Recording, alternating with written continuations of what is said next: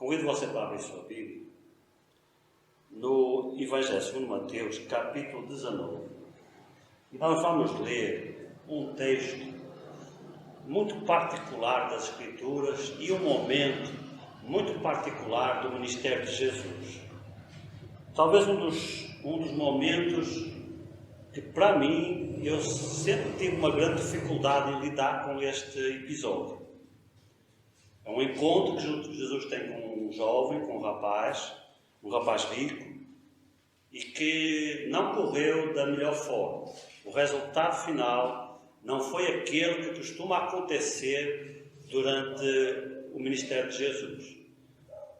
Então, capítulo 19, versículo 16, diz assim: E eis que, aproximando-se dele um jovem, disse-lhe: Bom mestre, que farei para conseguir a vida eterna? E ele disse: Por que me chamas bom? Não há bom senão um só, que é Deus. Se queres, porém, entrar na vida, guarda os mandamentos. E disse-lhe ele: Quais? E Jesus disse: Não matarás, não cometerás adultério, não furtarás, não darás falso testemunho, honra teu pai e tua mãe, e amarás o próximo como a ti mesmo. Disse-lhe o jovem: Tudo isso tenho guardado desde a minha mocidade. Que me falta ainda? Disse-lhe Jesus: Se queres ser perfeito, vai, vende tudo o que tens e dá-o aos pobres, e terás um tesouro no céu, e vem e segue. E o jovem, ouvindo esta palavra, retirou-se triste, porque possuía muitas propriedades. Amém? É uma passagem conhecida das Escrituras Sagradas e dos Evangelhos. Este episódio você encontra ele, além de Mateus capítulo 19, também em Marcos capítulo 10 e em Lucas capítulo 18. E como nós já temos dito ao longo das últimas semanas, se nós quisermos compreender de uma forma um pouco mais completa os momentos que vão acontecendo, em particular no ministério de Jesus, nós precisamos consolidar a informação que é mencionada e que é referida por todos os evangelistas que falam sobre esse momento.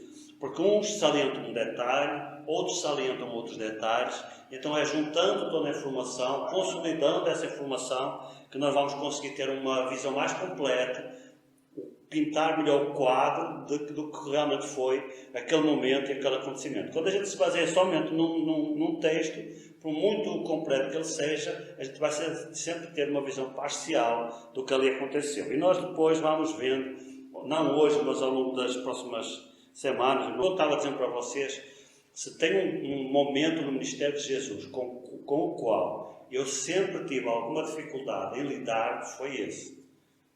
Este momento em que Jesus se encontra com um jovem e esse encontro não corre da melhor maneira possível. Muito pelo contrário, é um encontro que não termina bem. Dificilmente você encontra momentos em que alguém vai ter com Jesus, toma a iniciativa de ter com Jesus e sai de Jesus de uma forma triste, lamentável. Não era o que se esperava. Normalmente as pessoas iam ter com Jesus e saíam dele abençoadas, dando glória a Deus. Com exceção, é claro, que nós sabemos, dos religiosos que iam ter com Jesus, mas com um intuito negativo. Iam lá para tentar Jesus, iam lá para armar cilada, e esses nunca saíam bem da presença de Jesus. Mas não é o caso deste rapaz. Ele não foi lá para armar cilada para Jesus, ele foi lá de bom coração, ele foi lá de peito aberto, e ele foi para realmente encontrar uma resposta para a vida dele. E ele não encontrou essa resposta em Jesus. E esse é o drama deste texto. Porquê que este rapaz sai triste, apesar de ter tido uma boa intenção? Porque é que não há um desfecho positivo na vida deste rapaz?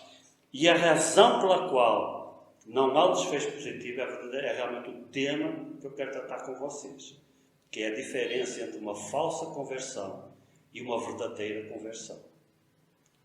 O que é no conceito de Jesus, o que é para Jesus ser um convertido, ser um crente, ser um cristão?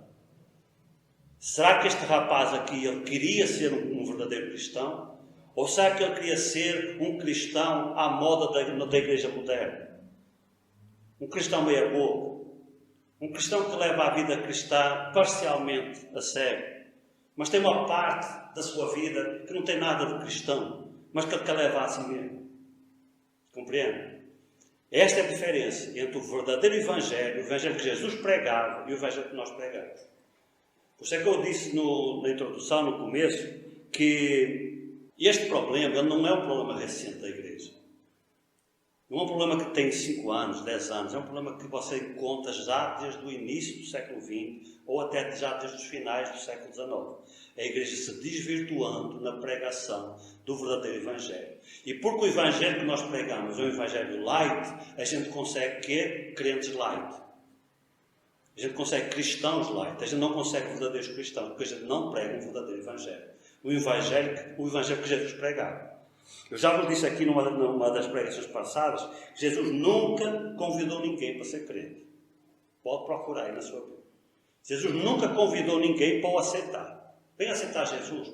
Não é esse o apelo que a gente faz nas nossas igrejas. Venha aceitar Jesus. Jesus nunca convidou ninguém para o aceitar.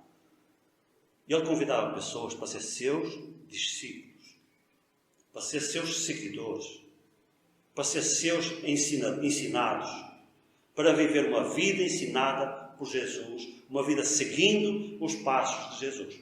Ou seja, Jesus convidava as pessoas para serem verdadeiros cristãos. Cristãos é tempo inteiro.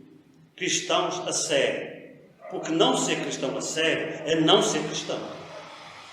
E esta foi a mentira que entrou nas nossas igrejas e continua sendo pregada até hoje.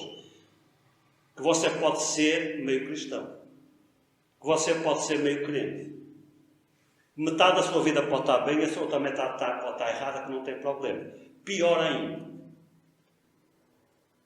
A igreja moderna, quando eu falo da igreja moderna, eu falo praticamente da igreja do século XX. Nós já estamos no XXI.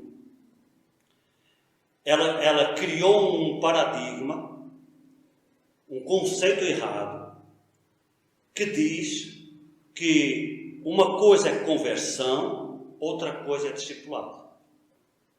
Como se o discipulado fosse uma pós-graduação para o convertido. Uma coisa é você aceitar Jesus. Outra coisa é você se tornar um discípulo de Jesus. Isto é uma falsa doutrina que foi introduzida na igreja já no final do século XIX.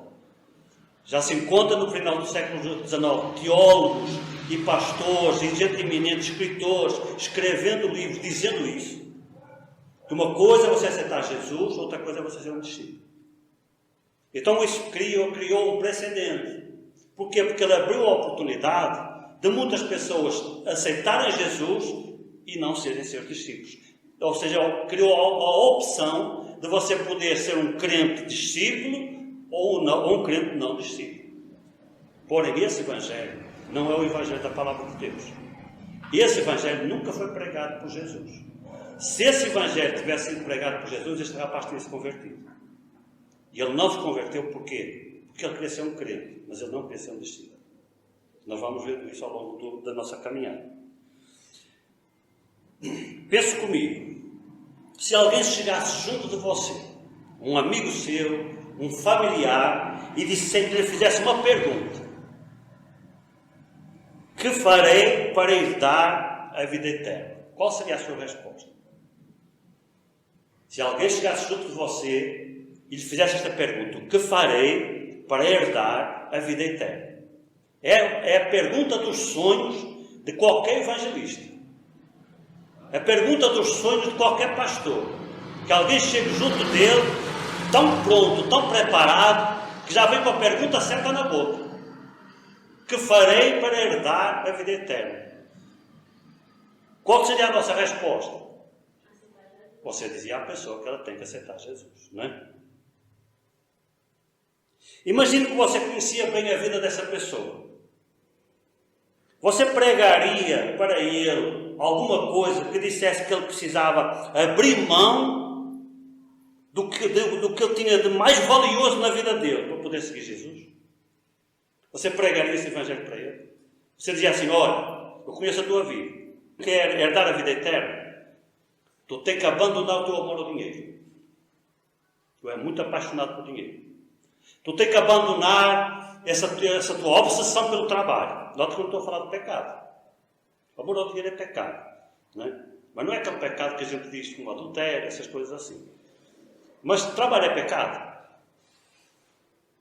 Nós não consideramos trabalho pecado, mas ele pode ser pecado. Depende. O Senhor disse, onde estiver o teu coração, aí está o teu tesouro. Aí está o que tu valorizas na tua vida. O que é importante para ti é onde está o teu coração. Se o teu coração está no trabalho e ele passa a ser uma obsessão da tua vida, mais importante que família, mais importante que saúde, mais importante que igreja, mais importante que a espiritualidade, não. Então ele torna-se um problema. E eu já vivi assim. E fazendo a obra. Mas a obra era o meu trabalho. Entende? A obra era o meu trabalho. Que eu vivi o meu trabalho. Que era fazendo a obra. E a gente se desculpa mais ainda. Se você está trabalhando na obra, ajudando pessoas, abençoando pessoas, levando a palavra de Deus cada vez mais longe. E alguém chega junto de você e diz assim, você tem que largar isso. Você tem que diminuir, você tem que reduzir. Porque senão você vai perder a sua vida. Você diz, não pode. Até porque Jesus diz que as coisas do reino são mais importantes do que as coisas terrenas. Não é? E a gente às vezes perde grandes coisas porque a gente não sabe botar as coisas no lugar. Então qual de nós iria pregar um evangelho que em vez de dizer à pessoa tem que aceitar Jesus, você não vai dizer tem que aceitar Jesus. Você vai dizer, tu tem que largar isso. Isso é um evangelho. Esse é o evangelho que se prega. Que eu pregaria? Não, a gente não pregaria esse evangelho. Mas foi esse evangelho que Jesus pregou para esse rapaz. Foi este evangelho que Jesus pregou para este rapaz. Algum de nós pregaria um evangelho que dissesse assim, tem que guardar a lei. Tem que guardar os mandamentos. Nós pregaríamos esse evangelho. Foi esse evangelho que Jesus pregou para este rapaz. Então, é por causa disso que este encontro de Jesus com este jovem representa um dos maiores desafios que nós encontramos na Palavra de Deus, em particular aqueles que estudam a Palavra de Deus e em particular aqueles que estudam o ministério de Jesus. Porque Jesus usou métodos absolutamente pouco ortodoxos. Incomuns até para ele. Porque, via de regra, Jesus dizia, tem que crer em mim. Quem crê em mim tem a vida eterna. Quem não crê já está condenado. Mas quem crê tem a vida eterna.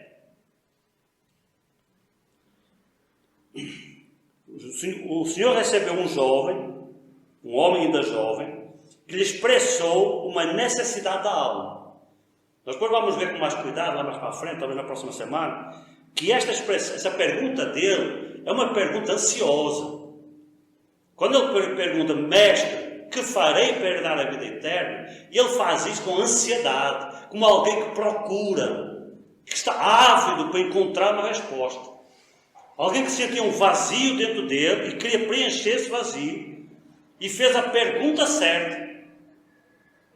Vamos dizer até para a pessoa certa. Isso deixa o quadro ainda mais difícil de explicar. Então Jesus,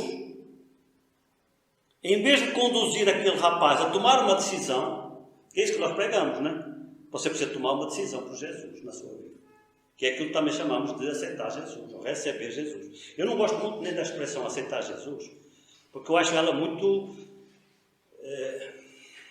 ela é muito leve. Acho que a palavra leve até é leve demais para aquilo que eu quero dizer. Ela é frágil, é muito frágil. Porque aceitar faz lembrar aquela coisa que alguém dá para você, mas você não quer, mas aceita. Não é? Tem lá coisa em casa que te deram que você aceitou, mas você nem usa. Não tem. Todos nós temos. Às vezes as pessoas nos dão uma coisa e a gente aceita. Recebe por educação, aceita. Mas a palavra de Deus não diz para você aceitar Jesus. Lá em João capítulo 1 diz a todos quantos o receberem, Deus deu-lhes o poder de ter, ser chamado filho de Deus. A todos quantos o receberem, Deus o poder de serem chamados filhos de Deus. Então, o que a palavra de Deus ensina, esse princípio de aceitar Jesus, ele tem um fundamento. Embora eu não goste da palavra aceitar Jesus. O que a Bíblia usa é a palavra receber Jesus.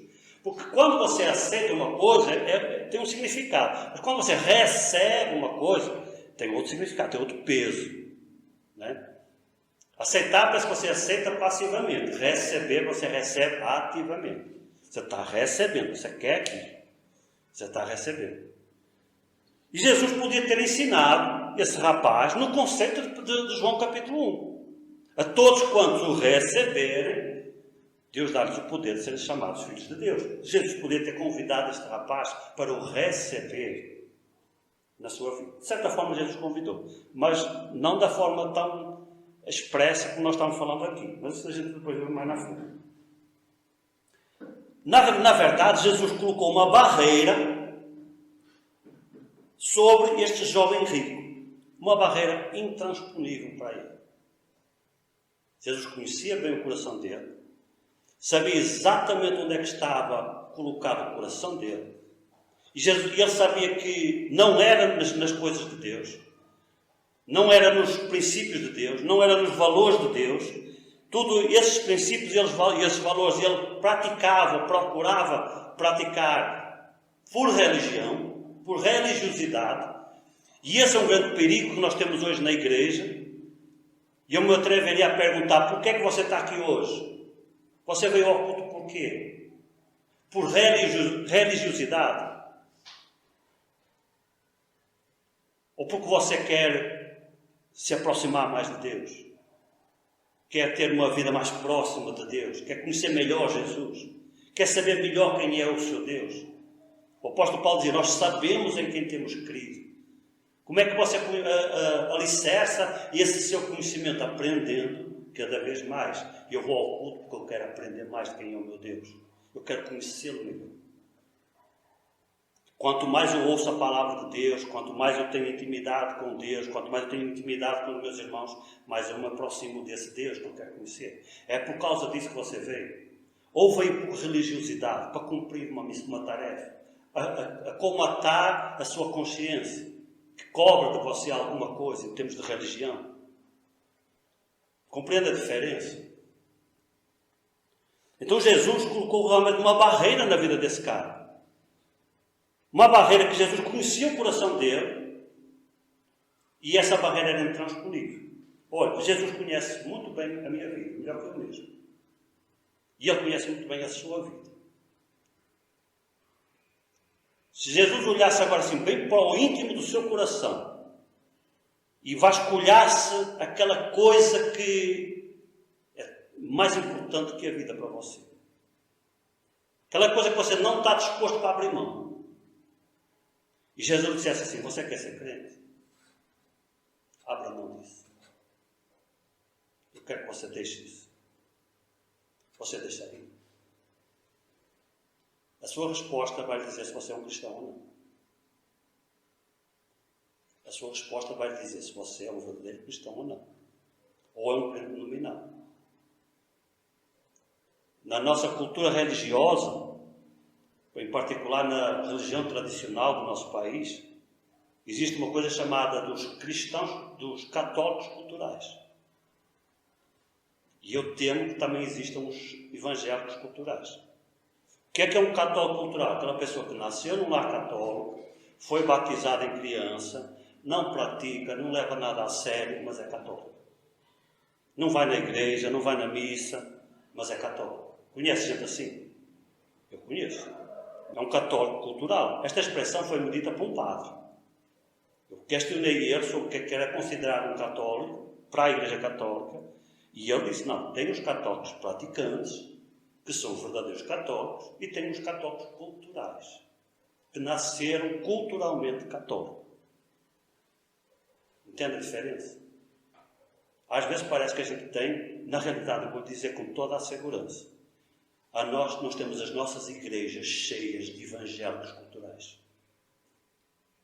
Nós temos as nossas igrejas cheias de evangélicos culturais. Sabe qual é o maior drama? É que a maior parte deles estão perdidos. Porque a conversão deles foi falsa. Não foi uma conversão verdadeira. Foi aceitar Jesus. Eles só aceitaram Jesus porque está lá numa prateleira.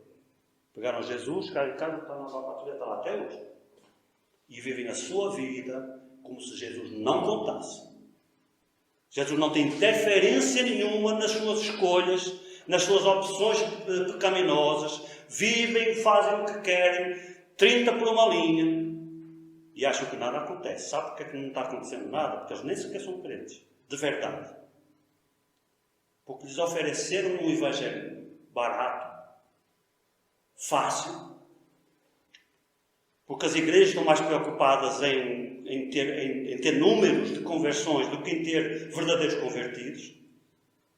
Tem muito pastor aí correndo atrás de conversões, mas não está preocupado se essas conversões são verdadeiras ou não. Porque quer encher a igreja, porque quer ter muitos dízimos. E se essas pessoas depois vão para o inferno ou não estão preocupados. Mas eu estou. Eu prefiro ter 10 pessoas nesta igreja que sejam verdadeiros cristãos, que na hora que Jesus voltar vão subir e vão para a glória. Ou se morrerem vão para o céu. Porque temos uma igreja aqui com 100 pessoas e está tudo perdido. Porque a gente prega um evangelho que elas querem ouvir. Não é o evangelho que Deus quer pregar, é o evangelho que elas querem ouvir. Que faz comichão dos ouvidos. Uma pregação leve, agradável, bonita, cheia de promessa, mas que não leva ninguém para o céu. Infelizmente, a igreja hoje, a igreja aí lotadas de gente, está tudo perdido. E está tudo perdido não é porque eles estão, não é a igreja que está errada, não é porque eles não estão na nossa. Não é isso, não é esse o princípio. Tem também muita igreja verdadeira, eu acredito. Como dizia o Senhor para o profeta, né? Ainda tem 7.000 que não dobraram o seu joelho. Ainda tem muita igreja verdadeira, mas tem muita gente que anda iludido, que está sendo enganada. Para quem lhes ensinaram que basta uma decisão simples e fácil por Jesus, que isso é o suficiente para resolver a vida deles. Jesus, olha a dificuldade que Jesus colocava para que uma pessoa fosse um verdadeiro cristão. Jesus podia ter feito isso, porém ele colocou uma barreira intransponível. Conhecendo o coração daquele rapaz, sabendo exatamente onde é que ele tinha o seu coração, o que é que era verdadeiramente importante para a vida dele, Jesus levantou essa barreira. E essa barreira eram as riquezas dele. Era o dinheiro dele. O dinheiro dele era muito mais importante do que Deus. O dinheiro dele era muito mais importante que os princípios e os valores de Deus. E Jesus pegou exatamente naquilo que ele sabia que ele ia conseguir ultrapassar. Talvez alguns de nós tenham barreiras que para nós são mais importantes do que Deus, das quais não abre mão. Talvez Jesus dissesse assim: olha, larga isso, quer ser meu discípulo? Larga isso. Se calhar alguns de nós teria que sair triste, porque gostávamos muito dessas coisas. Em certo sentido, Jesus enxutou este rapaz. Este rapaz, que note, é o sonho de muito evangelista e de muito pastor. Chegar alguém junto dele, nesta condição, ainda por cima rico. Era uma festa grande demais. Imagina o dízimo que esse rapaz não ia dar. Rapaz, eles recebiam ele de qualquer jeito.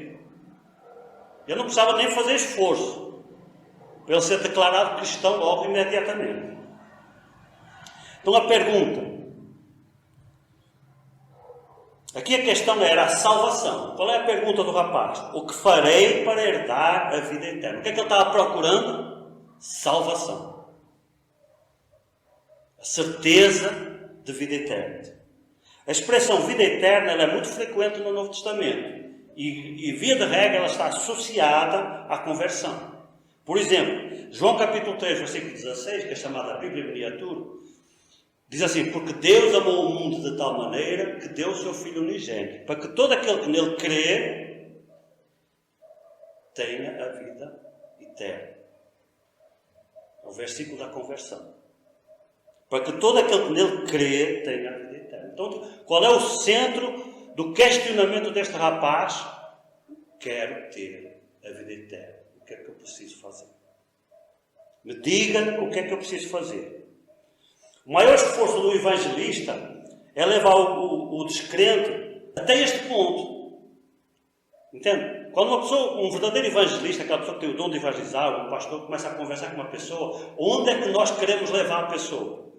Quando nós começamos a falar de Jesus para a pessoa, a falar da palavra de Deus, a falar de Deus, a falar dos propósitos de Deus, a gente quer levar ela para este ponto. Nosso desejo é conseguir, quer fazer uma caminhada com a pessoa, uma progressão, até que ela chegue a este momento, ao momento onde este rapaz já está, e ele sentir a necessidade da salvação. Este rapaz foi ter com Jesus porque ele sentia a necessidade da salvação.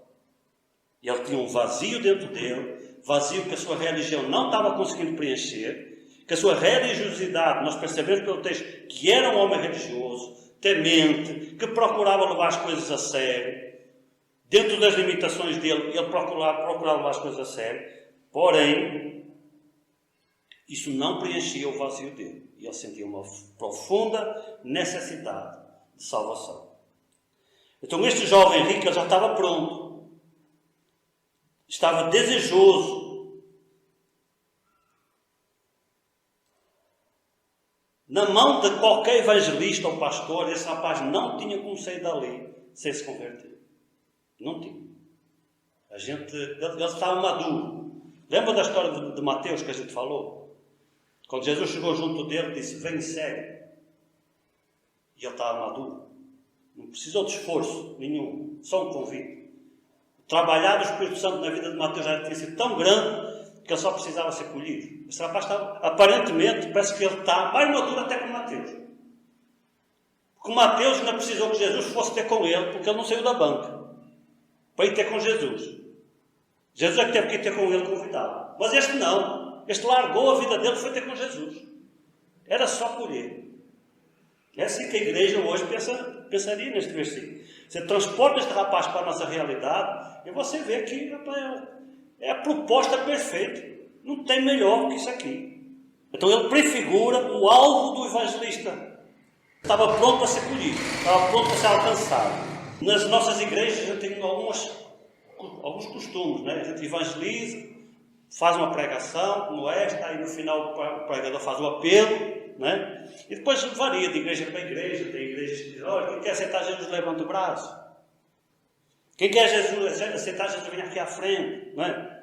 As igrejas têm assim umas práticas. Outras dizem: então, você quer aceitar Jesus? Depois venha falar connosco no final do culto. Todas elas têm assim uma prática. Este rapaz estava pronto. Na mão de qualquer pastor, evangelista moderno, este rapaz estava pronto para receber Jesus. Quando a gente evangeliza uma pessoa, muitas vezes a gente precisa fazer um progresso. A gente precisa explicar, às vezes convencer a pessoa sobre a existência de Deus. Às vezes a pessoa até crê em Deus, mas é uma crença muito frágil. Ela tem dúvidas. Existe tanta injustiça, por que Deus permite? E se Deus existe, por que Ele deixa? Né? Às vezes fazem essas perguntas para nós. Aí a gente fica naquela batalha ali, tentando convencer a pessoa, explicar por que essas coisas acontecem. A gente precisa de convencer a pessoa que ela precisa confiar na Bíblia, que a Bíblia realmente é a palavra de Deus. Tudo isso é um esforço do evangelista. Convencê-la que Deus existe, convencê-la que ela pode confiar na Bíblia como revelação de Deus, como palavra de Deus, que não é um livro dos homens. Imediatamente essa pergunta vem, que a Bíblia foi escrita por homens, e a gente tem que convencer a pessoa. É um esforço que o evangelista faz, uma caminhada que ele faz, junto com outros crentes, para tentar convencer e levá-lo até ao ponto em que ele sinta a necessidade da salvação. Por que a pessoa precisa se preocupar com a eternidade? Qual é o problema que nos leva a ter que nos preocuparmos com a eternidade? Esse é o percurso que todo evangelista precisa fazer quando a gente evangeliza uma pessoa. No caso deste rapaz, não precisava nada disso. Você não precisava explicar para ele que Deus existe. Você não precisava explicar para ele a importância da palavra de Deus. Ele guardava a palavra. Ele mesmo confessa isso. E você não precisava de explicar para ele porque ele precisava se preocupar com a eternidade. Ele já estava preocupado com a eternidade. Por isso é que ele pergunta: o que é que eu faço para alcançar a vida eterna? Então o cara está maduro, pronto para receber a salvação. Porém, o Senhor resolveu submeter este rapaz a um teste. Um teste no qual ele tinha que escolher entre as suas propriedades e Jesus. E ele não passou esse teste. E por isso ele não se tornou um discípulo de Jesus. Agora a pergunta é, porquê que Jesus colocou a evangelização deste rapaz nestes termos? Porquê que Jesus colocou a evangelização deste rapaz nesses termos? Porquê que Jesus fez esse teste com ele? E nós vamos tentar responder essa pergunta ao longo das próximas semanas. A resposta de Jesus. Primeiro, que tipo de evangelização é esta que Jesus usou? Olha, se Jesus entrasse num seminário para fazer um curso de pastor e ele fizesse uma evangelização nesses termos, ele era reprovado.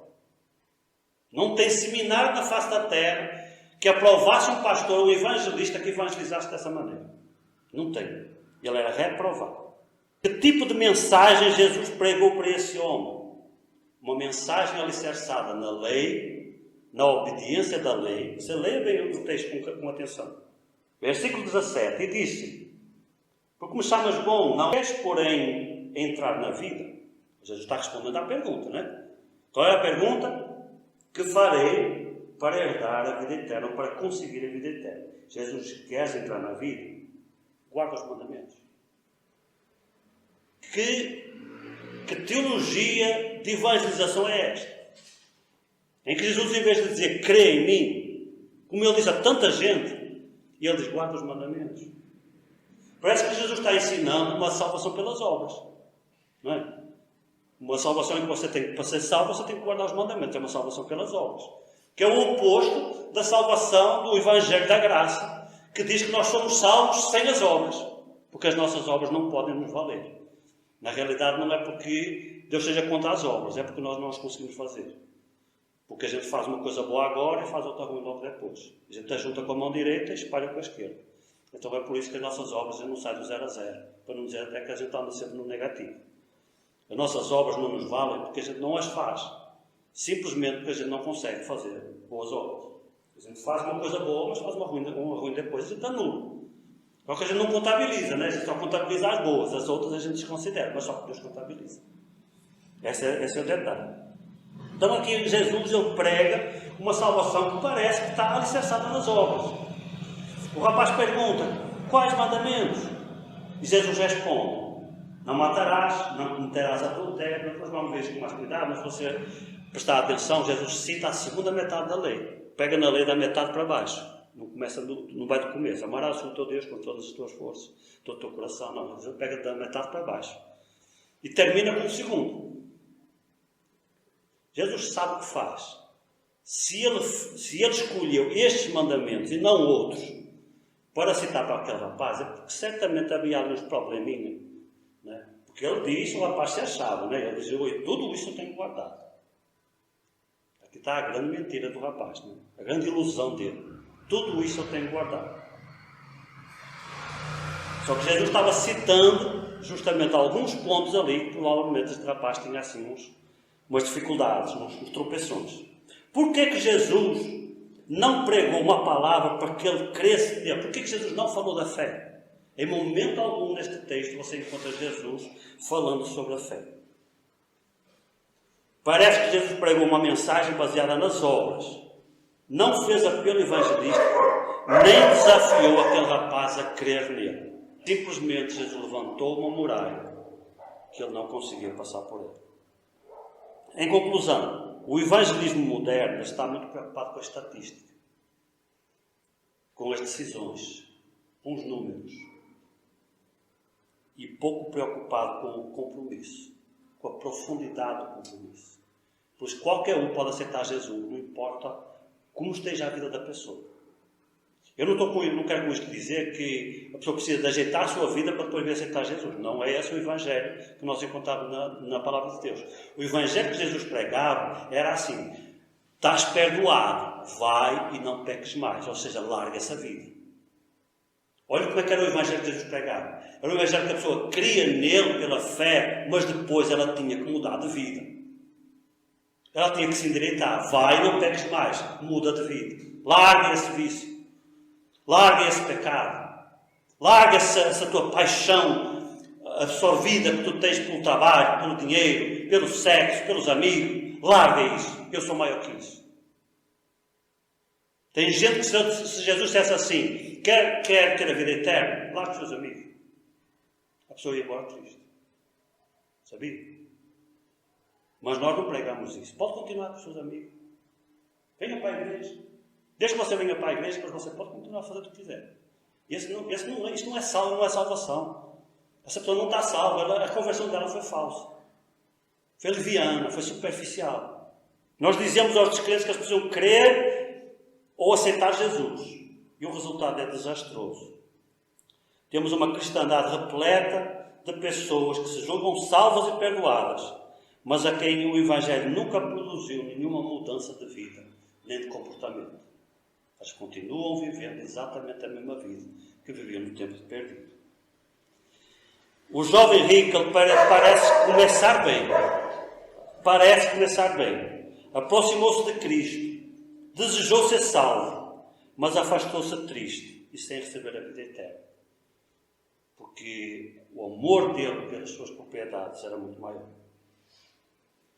Alguém disse isto. A salvação é para aqueles que estão dispostos a largar tudo para seguir o Mestre. A salvação é para quem está disposto a largar tudo para seguir o Mestre. Você está disposto a largar tudo para seguir Jesus? Então você é um verdadeiro crente. Agora, se tem coisas na sua vida que você diz, não abre mão, você não está convertido não. Ainda está nos seus pecados. Lucas capítulo 12, capítulo 14, versículo 33. Eu vou convidar você a abrir a sua Bíblia. Nesse versículo nós vamos ler junto. Que você vai entender nesse versículo o que é um convertido.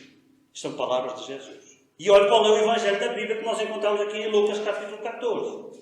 É uma palavra pesada, eu sei que é. Mas é a palavra que eu e você precisamos. 33, 14, 33.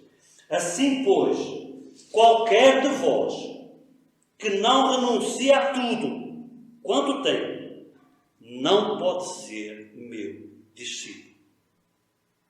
Olha, estas palavras não são de Lucas. Estas palavras não são de Mateus, elas não são de João, não são de Marcos. É Jesus falando. Elas estão na primeira pessoa, é Jesus falando. Tem umas palavras que João fala, o evangelista é que fala, não é? Quando o evangelista diz assim, quando João diz assim, porque Deus amou o mundo de tal maneira que deu o seu Filho unigênito, porque todo aquele que nele crê não pereça, mas tenha a vida eterna. Essas palavras não foi Jesus que falou, foi João que falou.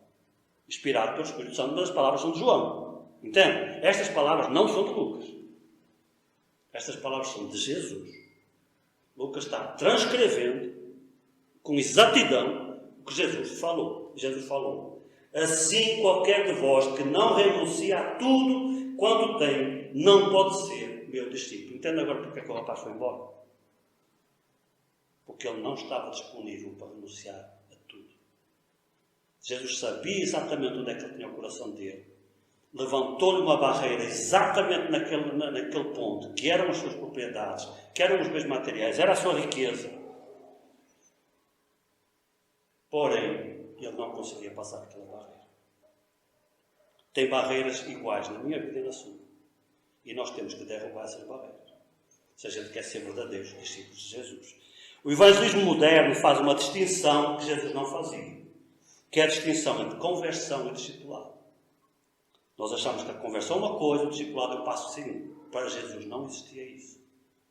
Para Jesus não existia essa diferença. Uma verdadeira conversão era para se tornar discípulo. Uma coisa implicava na outra. Uma era a consequência natural da outra. Só existia assim. Só faz sentido uma conversão em que você se torna discípulo. Uma conversão em que você não se torna coisa nenhuma, em que continua seguindo a si mesmo, você não está convertido.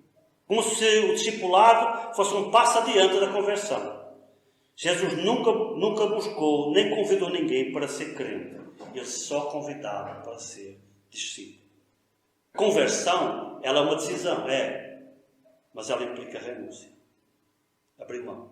Se Jesus nos enumerasse as coisas que nós precisamos abrir mão para o seguir, qual seria a nossa decisão? Note como está implícita a decisão aqui. A decisão de aceitar Jesus, ela implica a decisão de renúncia. As duas coisas andam juntas. Amém? Então esse é o ensinamento que nós encontramos na Palavra de Deus, que eu quero reforçar com você, meditando sobre este episódio, este momento, este encontro que Jesus teve com este rapaz, para nos ajudar a entender o que é uma verdadeira conversão. E para cada um de nós fazer um juízo de valor. Olhando para dentro, dizer assim, sou eu um verdadeiro discípulo? Sou eu um verdadeiro cristão? E entenda uma coisa, não existe essa coisa de você ser um cristão e não ser um discípulo. Não existe. Você pode não ter sido discipulado ainda, não fizeram um trabalho com você para lhe ensinar a orar, ensinar como é que estudar a Bíblia, aquelas coisas que o povo faz de discipulado. Mas isso é outra coisa, isso é um curso de discipulado. Nós estamos aqui falando a sua decisão de querer ser um discípulo de Jesus. Este rapaz, ele queria ser um crente, mas ele não queria ser um discípulo. E por isso ele foi embora triste. A igreja hoje receberia ele de braços abertos. Porque ele estava pronto para ser um crente, era um crente rico, queria certamente abençoar a igreja. Qualquer pastor daria graças a Deus por este rapaz. Mas Jesus não deu. E ele foi embora triste. Amém? Que Deus nos abençoe, nos ajude a entender pela palavra o que é um verdadeiro convertido. Amém? Que Deus nos abençoe.